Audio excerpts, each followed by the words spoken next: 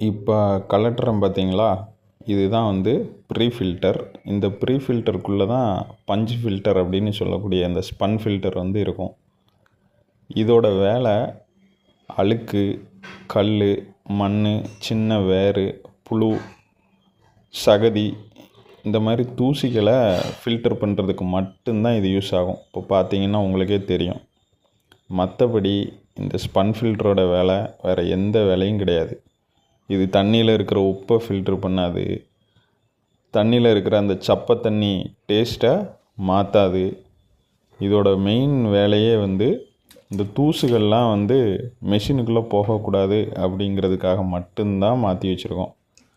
ஆனால் எந்த வீட்டுக்கு சர்வீஸ்க்கு போனாலும் சரி, முதல்ல சொல்லிடுவாங்க, டேஸ்ட்டு நல்லா இல்லை தம்பி, இந்த ஃபில்டரை மட்டும் மாற்றுங்க போதும் அப்படின்னு வந்து சொல்லிடுவாங்க.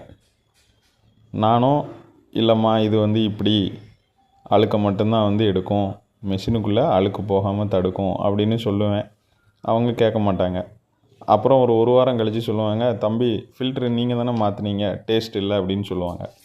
இதுக்கு காரணம் என்னென்னா, இப்போ நான் ஒரு ஃபில்டர் காமிக்கிறேன். இதுக்கு பேர் தான் மெம்பரைன்.